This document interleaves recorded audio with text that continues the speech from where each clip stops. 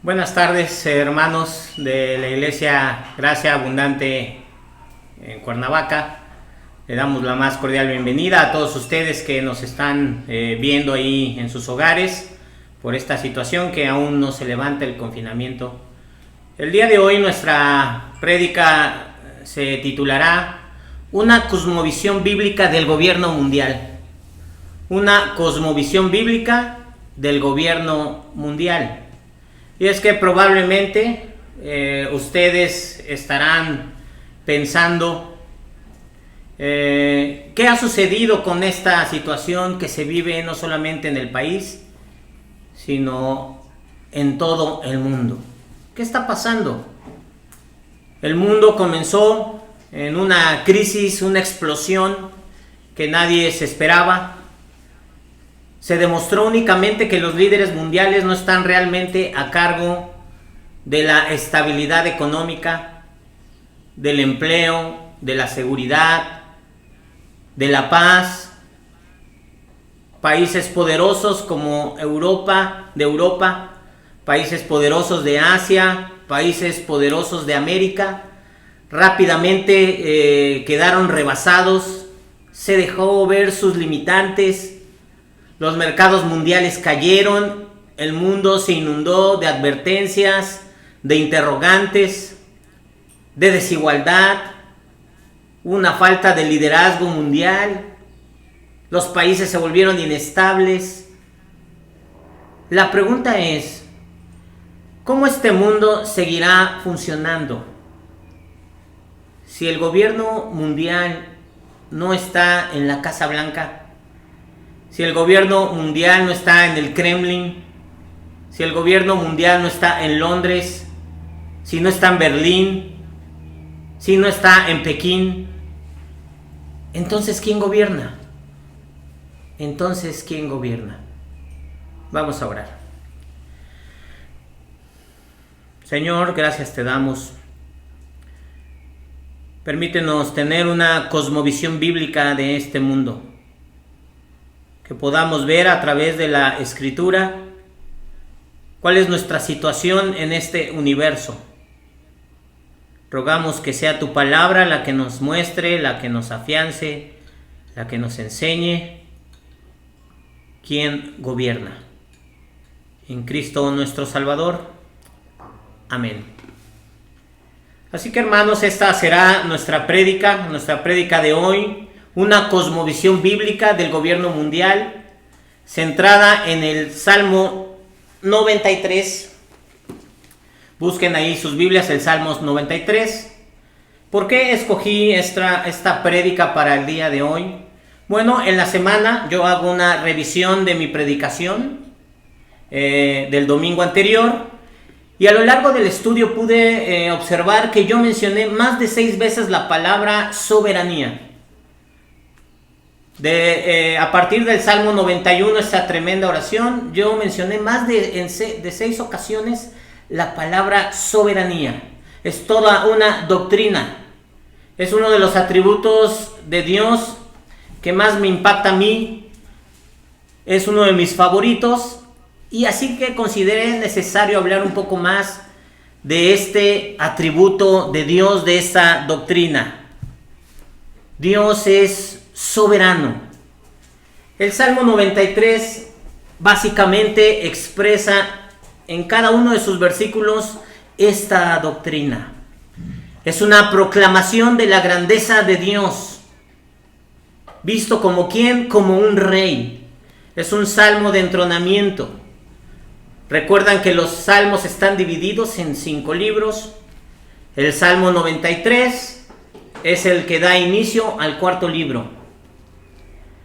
Llama mi atención que entre el término del libro 3 y este nuevo libro 4 del Salmo 93, se puede ver que uno de sus capítulos anteriores, entre ellos el capítulo 89, se ve como David, como un rey, siendo él un rey humano, ve sus limitantes, ve cómo de manera paulatina fue desechado, pero eso no sucede con lo que vamos a ver en el Salmo 93.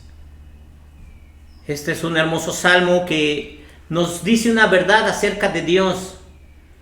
No es el único pasaje en la Escritura en donde se hace un contraste entre los reyes humanos, los gobernantes humanos y la grandeza de un Dios que es rey. Recuerdan ahí en Isaías 1, no lo busquen, solo estoy haciendo un poco de panorama bíblico. Ven cómo el capítulo 6, versículo 1 de Isaías inicia con una expresión en donde un rey muere y inmediatamente o permanentemente se ve la grandeza y soberanía de Dios. Ahí muere un rey que era muy próspero, pero finalmente queda expuesto ante la grandeza de un Dios. Así que hoy, a través de este Salmo 93, se dará a conocer que Dios es soberano y Dios reina en este mundo. Dios reina en este mundo.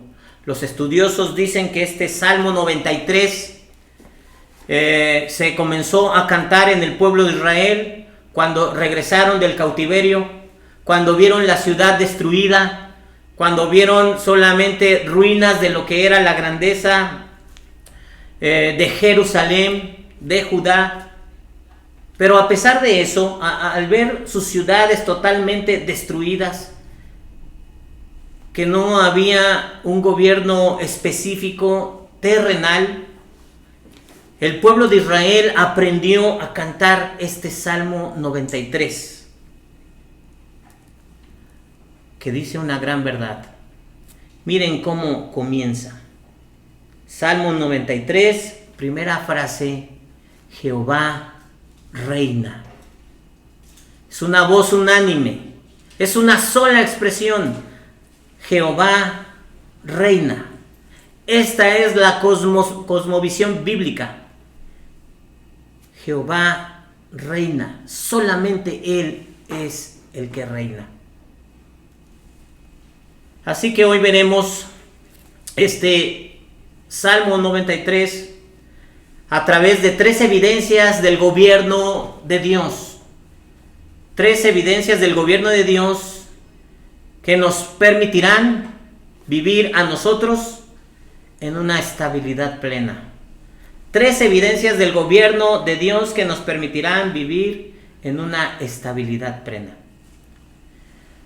La dividimos en 3 evidencias que son sus dominios, versos 1 y 2, sus oponentes, versos 3 y 4, y sus decretos, versos 5. Es un salmo muy pequeño y que creo yo nos va a dar oportunidad de verlo a profundidad.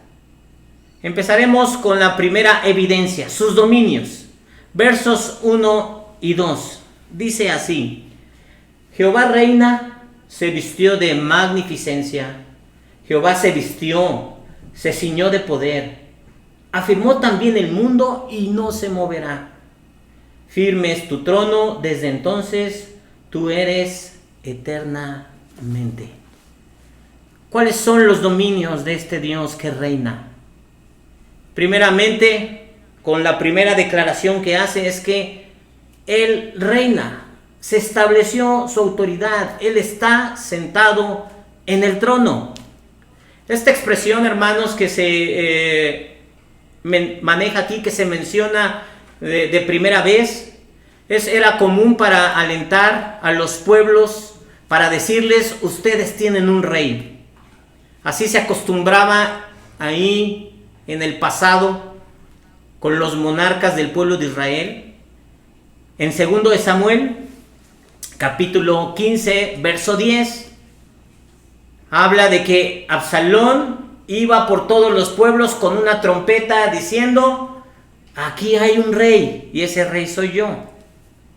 Entonces esta expresión que inicia el verso 1 del capítulo 93 de este hermoso salmo nos da a entender eso, que en el trono hay un gobernante y ese gobernante es Dios. Entonces Dios está en el trono. Una segunda expresión que nos ayudará a ver los dominios de este gobierno de Dios es que es exclusivo. No reina nadie más. No reina nadie más. Permíteme decirlo de manera clara. No reina el hombre. No reinas tú. No reina ningún gobernante. No reina ningún presidente. No hay un grupo de hombres gobernando este orden mundial. No reina tampoco el azar, la suerte. No reina el destino. Dios no comparte sus dominios con ningún hombre. Solo Dios reina. Él está en el trono y su reinado es exclusivo. No lo comparte con nadie. Busquen ahí Proverbios 21:1, un libro más adelante. Miren cómo dice ahí la palabra de Dios. Como los repartimientos de las aguas, así está el corazón del rey en la mano de Jehová. No reina ningún hombre. Ahora retrocedan unos pocos capítulos ahí mismo en el libro de Proverbios, en el capítulo 16, verso 33. Miren cómo dice: la suerte se echa en el regazo, mas de Jehová es que la decisión de ella. Pueden ver cómo el reinado de Dios es exclusivo. Él es el único que gobierna. Ni los hombres, ni uno mismo forja su propio destino, ni la suerte está echada. Todo está de manera exclusiva en el Rey Jehová. En el Rey Jehová. Entonces está en el trono, es exclusivo este dominio de Dios también es activo. Miren ahí cómo son la segunda expresión del verso 1 del capítulo 93 del Salmo. Dice la palabra de Dios: se vistió de magnificencia, Jehová se vistió, se ciñó de poder. Esta palabra que utiliza ahí de vestimenta, de estar vestido, es importante en este contexto. Denota que es un Dios que no es ajeno a los acontecimientos de sus dominios. Siempre está presto para el momento en el que es necesario intervenir con su mano poderosa. Él está interesado en los asuntos de este mundo. No es un rey improvisado, está presto, está vestido para actuar. En Efesios 1:11 dice que Dios actúa conforme al consejo de su voluntad. Miren qué tipo de vestimenta trae este rey. Es una vestimenta majestuosa. Dios es grande. En Éxodo 15:1 dice: cantaré yo a Jehová porque se ha magnificado grandemente. Cada palabra que la Escritura establece, hermanos, en sus versículos, tienen una importancia relevante. Sus ropas son reales. No es un usurpador, no es ilegítimo, no es un rey improvisado, no es un rey que está deleitándose en sus festines. Es un rey vestido para actuar, dando seguridad a sus súbditos. La segunda expresión es que está vestido y ceñido de poder. ¿Qué diferencia hay? ¿Por qué hace estos dos distingos de vestimenta? Bueno, la primera es ropas reales, vestido como rey. Pero la segunda, hermanos, con la expresión que habla de estar ceñido, es que está preparado para la guerra. Esa es la diferencia que hay con la primera expresión de vestimenta. Él está vestido con poder para atacar, para pelear. Listo está para la batalla, es lo que dice este salmo. Él tiene el poder necesario para enfrentar a cualquier pueblo rebelde o enemigo. Nadie le puede hacer frente, hermanos. nadie le vencerá. Esas son las expresiones de este dominio. Él está en el trono. Él es exclusivamente el que gobierna. Él está preparado activamente, está vestido para lo que se presente. Por lo tanto, miren las consecuencias.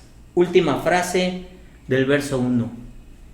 Afirmó también el mundo y no se moverá. Este rey, Jehová, es el único que puede dar estabilidad al mundo. Hebreos 2:10 lo dice así. Búsquenlo, por favor.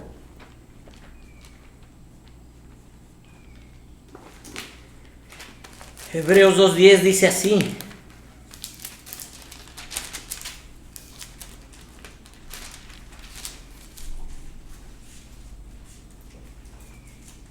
porque convenía a aquel por cuya causa son todas las cosas, y por quien todas las cosas ¿qué? Subsisten. En la historia de la humanidad, todo este mundo ha sido afirmado por este rey. Él da estabilidad a cada pueblo, a cada nación, a cada hombre, a cada persona. Eso es lo que dice este versículo.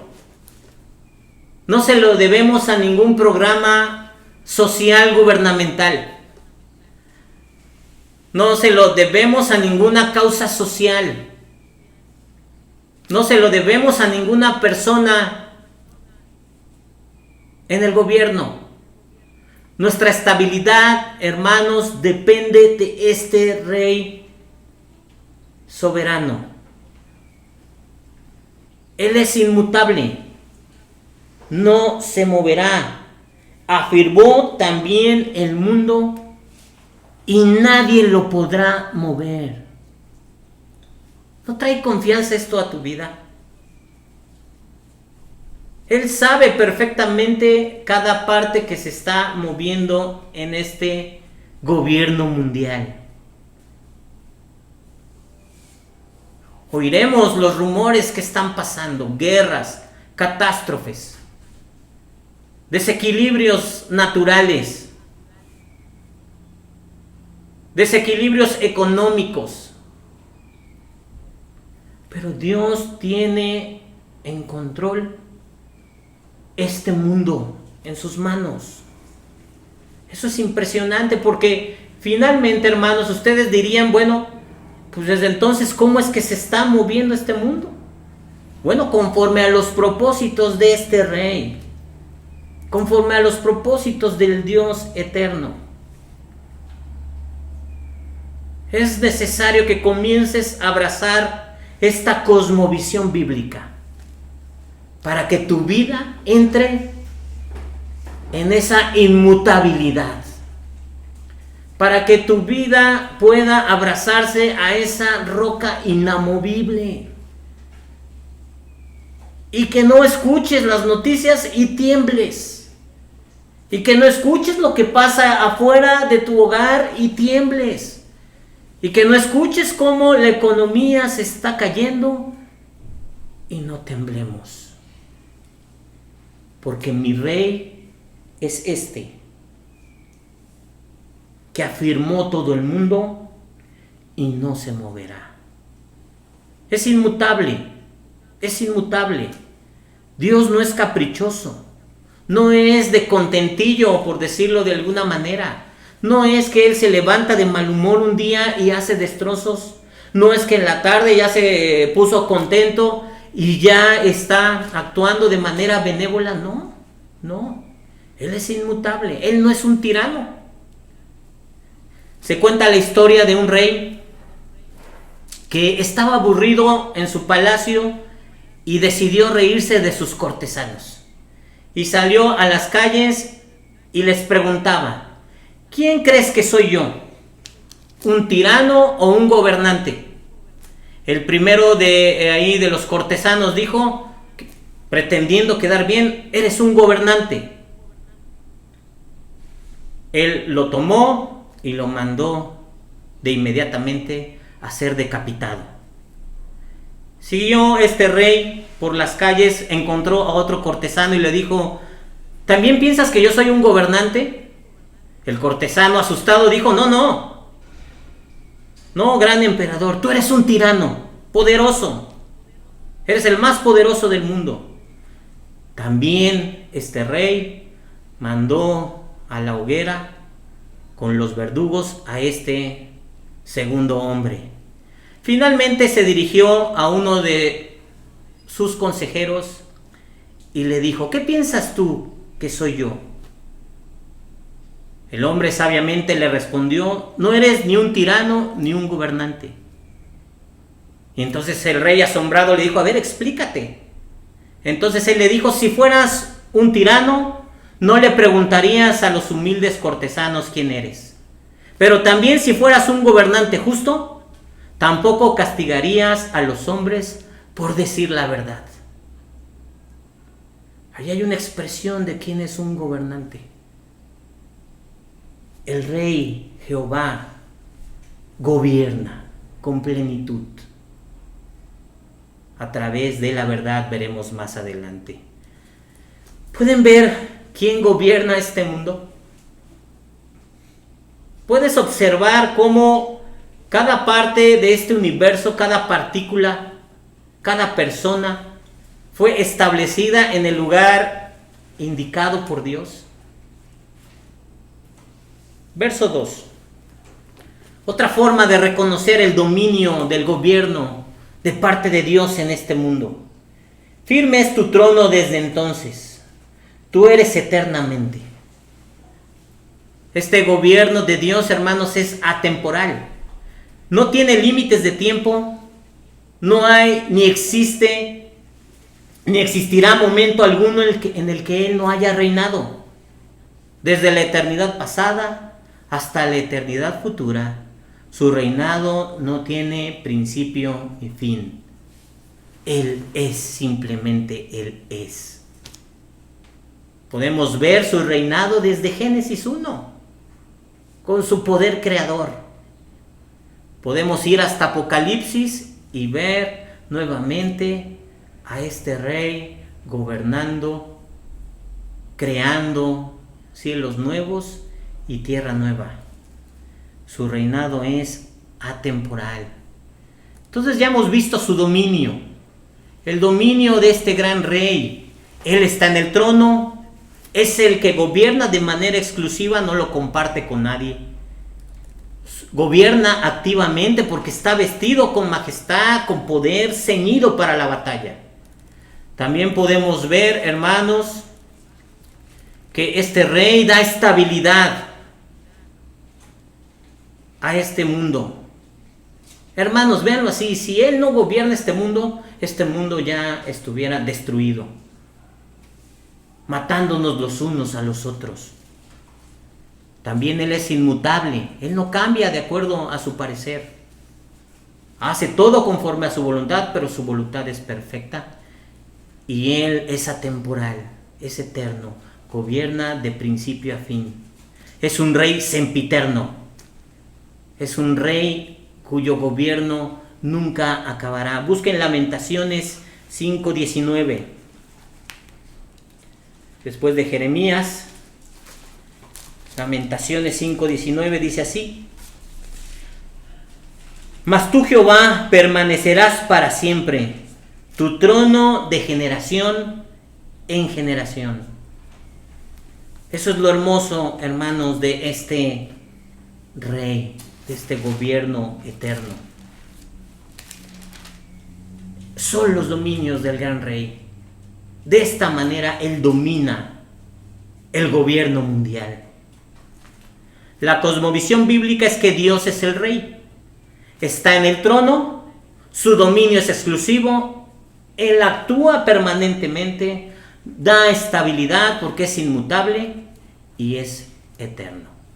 Esta es la primera parte del análisis del Salmo 93. La segunda parte es los oponentes, su oposición.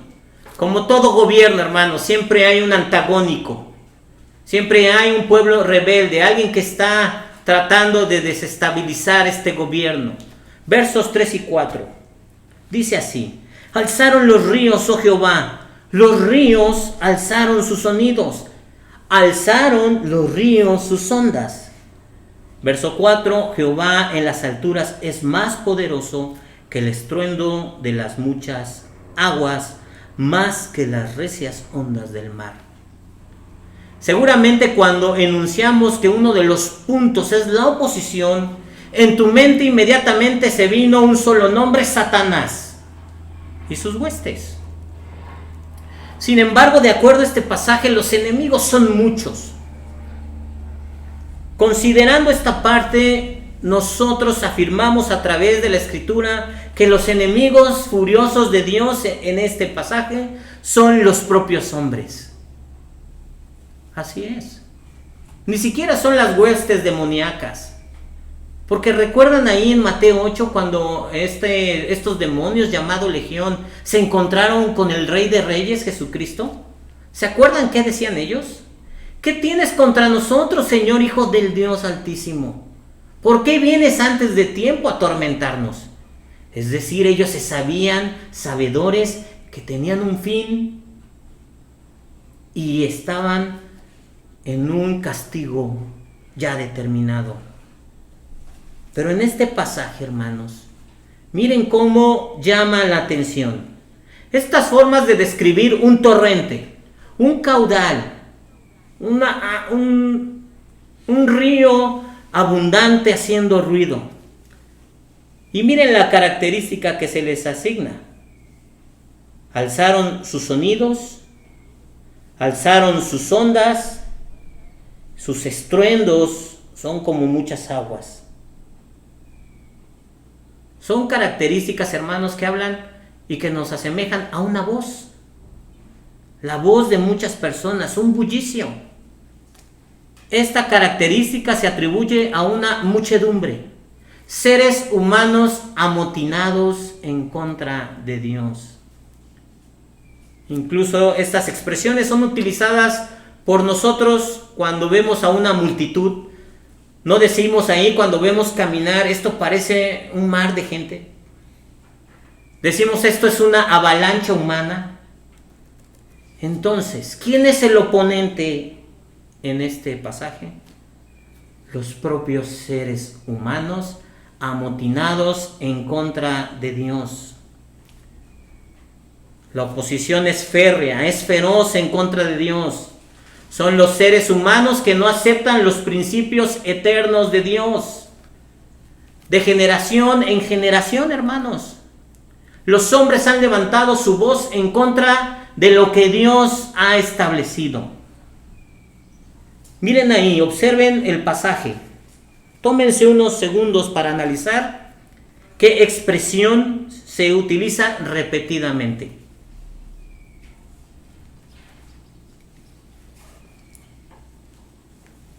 En el verso 3, la expresión alzar los ríos, alzar los ríos, alzar los ríos, sus sonidos, sus ondas, su voz. Es una expresión de que esta muchedumbre, estos hombres, se están sublevando en contra de Dios. Eso es lo que dice estos versos, este verso 3. Dios establece sus principios eternos, el hombre hace todo lo posible para ir en contra de ellos. Esto no es una situación cultural, no pertenece solamente al pueblo de Israel. Esto lo vemos en cualquier ser humano, desde la Patagonia hasta Siberia, desde las islas Fiji hasta Alaska. En todos los pueblos y naciones, los hombres han levantado su voz, su puño, furiosamente en contra de Dios. Para que se den una idea, hermanos, esto lo voy a hacer de manera rápida. En el Génesis, Dios estableció que a través de la simiente de la mujer se daría vida. ¿Qué pasó de manera inmediata? Caín matando a Abel. quitándole la vida en vez de preservarla. También en Génesis, eso lo vemos en el capítulo 3, en el capítulo 4 vemos a Dios estableciendo ese matrimonio monógamo, único, especial, unido. Y en el verso 4 del Génesis, imagínense, en el principio de la creación del hombre, vemos a Lamec tomando 2 mujeres para sí, siempre en contra de los principios de Dios, el hombre, el ser humano. Posteriormente vemos una instrucción de Dios para los hombres, dice: fructificad y multiplicad la tierra, en Génesis 9. Inmediatamente vemos a un grupo de hombres uniéndose para hacer una sola nación y levantan una torre en contra de Dios, la torre de Babel, así llamada. ¿Pueden ver, hermanos, cómo esta oposición furiosa es el propio hombre, el propio ser humano? Y en nuestros días, los principios eternos siendo atacados por las leyes, por los gobernantes tratando de sacar a Dios de todo lugar, aprovechando cualquier situación para prohibir la exposición de la palabra de Dios. No sé qué vaya a pasar con estos confinamientos, pero es muy probable que el hombre en su mente perversa vaya a tratar estos temas de salud para pervertirlos y tratar de cerrar la adoración a Dios de manera pública. Estas son las muchas voces gritando en contra de Dios. Pero miren lo hermoso de este Rey soberano. Los enemigos de Dios alzan su voz como fragor de muchas aguas, burlas, escarnios, sobre todo lo que representa a Dios. Pero miren la supremacía de Dios en medio de ello. Verso 4. Jehová en las alturas es más poderoso que el estruendo de las muchas aguas, más que las recias ondas del mar. Más que las recias ondas del mar. Ya en el Salmo 2 habíamos visto que los hombres se juntan para amotinarse, para no dejarse establecer el gobierno de Dios. Y Dios se burla de ellos. Hay una imagen que yo la tengo muy clara. Cómo a veces las hienas tratan de amotinarse en contra del Rey León. Y hacen sus ruidos extraños, pero de repente se escucha el rugido del Rey León. El Rey de Judá ruge potentemente para callar a sus enemigos. Y todos se someten a su poderío. Miren, ahí hay una preciosa palabra en Isaías 17. Búsquenla, por favor.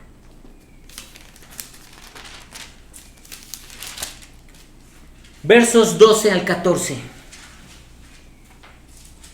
Voy a darle lectura para avanzar. Hay multitud de muchos pueblos que harán ruido como estruendo del mar y murmullo de naciones que harán alboroto como bramido de muchas aguas. Esta es la expresión del Salmo. Verso 13. Los pueblos harán estrépito como de ruido de muchas aguas. Pero miren esta hermosa palabra. Pero Dios los reprenderá. Y miren lo que hacen. Y huirán lejos. Serán ahuyentados. Como el tamo de los montes, como el tamo, perdón, de los montes, la basura del tamo. Y el viento se los lleva. Como el polvo delante del torbellino. Así Dios dará un manotazo de autoridad para estas turbulencias. Para estos hombres impíos, estas expresiones del hombre tan pequeño queriendo alzar su voz, su pequeño puño, somos unos gusanos delante de Dios y Él dará un manotazo de autoridad ante esas voces, hermanos. No se preocupen. ¿De qué pasará con los creyentes? Este Rey soberano nos sostendrá.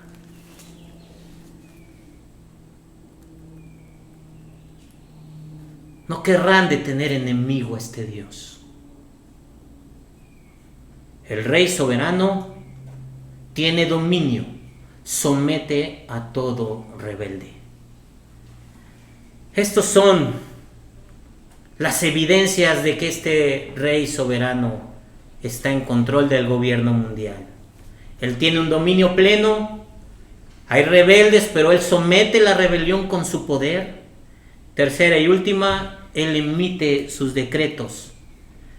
Verso 5. Tus testimonios son muy firmes. La santidad conviene a tu casa, oh Jehová, por los siglos y para siempre. Los testimonios no del salmista, los testimonios no de los hombres, los testimonios de Dios, hermanos, los testimonios de Dios, como el Salmo 19:7.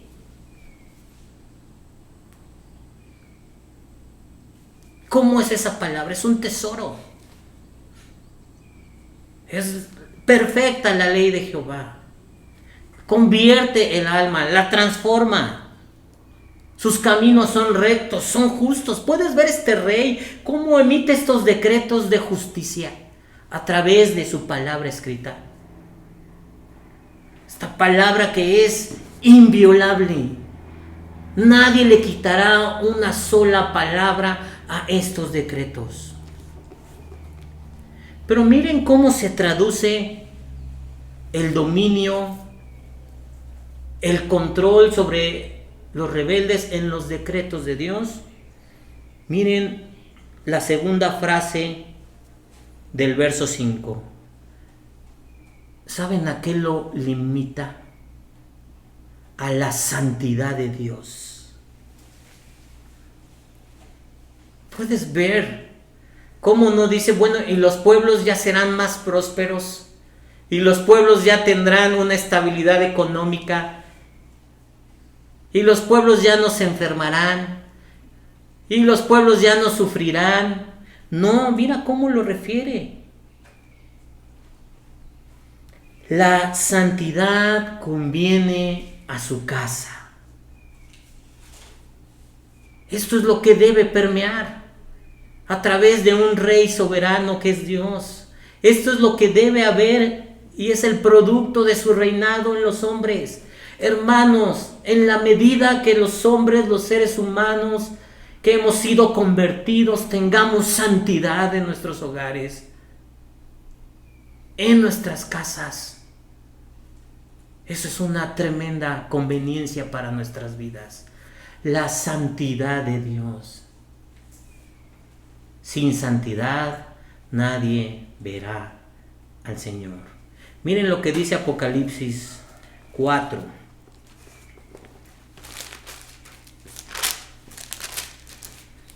Versos 2 y 8. He aquí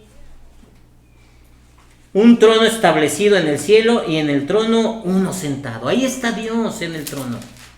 Pero miren el verso 8. Y los 4 seres vivientes tenían cada uno 6 alas, y alrededor y por dentro estaban llenos de ojos, y no cesaban día y noche de decir: Santo, Santo, Santo es el Señor Dios Todopoderoso, el que era, el que es y el que ha de venir. Este Dios y su santidad conviene a su casa. No habla de un reinado, habla de algo más íntimo, una comunión íntima. Este es el rey que reina, que gobierna, tiene un dominio. Hay oponentes, pero los calla, da estabilidad. Y también sus edictos, sus decretos se cumplen para que vivas ¿en qué? En santidad, en santidad. Conclusión. La cosmovisión bíblica del gobierno mundial se resume así: Dios reina, domina este mundo somete a sus enemigos, salva a sus súbditos y les da vestiduras santas. Así que no hay excusa. ¿Por qué no confiar en Él? ¿Por qué no inclinarse ante Él? ¿Por qué no ser perdonado por Él? ¿Por qué no ser vestido por Él? Este es el Rey. Este es el Rey. Hay un poema de una persona que sustenta su poema en Lucas 46 y dice: me llamas Señor y no me obedeces. Me llamas luz y no me ves. Me llamas camino y no me sigues. Me llamas rico y no me pides. Me llamas eterno, pero buscas lo temporal. Así que si te condeno, no me culpes. Hermano, la cosmovisión que tú tengas de este Dios permitirá que tú no estés ahí arrinconado en ningún lugar. Tú saldrás teniendo la seguridad de que este Rey tuyo gobierna. Pero tú también, amigo, si no te has inclinado a este Rey, voy a dejar estas palabras para que tú medites en ellas. Y con esto termino, hermanos. Apocalipsis 14, 6 y 7. Dice así: vi volar por en medio del cielo a otro ángel que tenía el evangelio eterno para predicarlo a los moradores de la tierra, a toda nación, tribu, lengua y pueblo, diciendo a gran voz. Medita eso en tu corazón. Temed a Dios y dadle gloria, porque la hora de su juicio ha llegado, y adorad a aquel que hizo el cielo y la tierra, el mar y las fuentes de las aguas. Hermanos, Dios reina. Dios reina. Vamos a orar.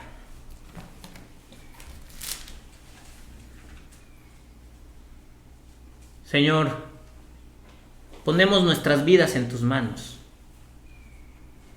Nosotros, tus súbditos, los que hemos creído, nos ponemos delante de ti. Nos afianzamos a ti. Pero también rogamos que aquellos que no han inclinado sus rodillas escuchen esta predicación del Evangelio. Temed a Dios, darle gloria a su nombre, porque solo eso le salvará, por tu gracia. En Cristo nuestro Salvador. Amén. Hermanos, muchas gracias. Nos vemos en la semana. Vamos a animarnos. Dios reina. Creemos en este Dios y en Él nos sostenemos. Que tengan buena tarde.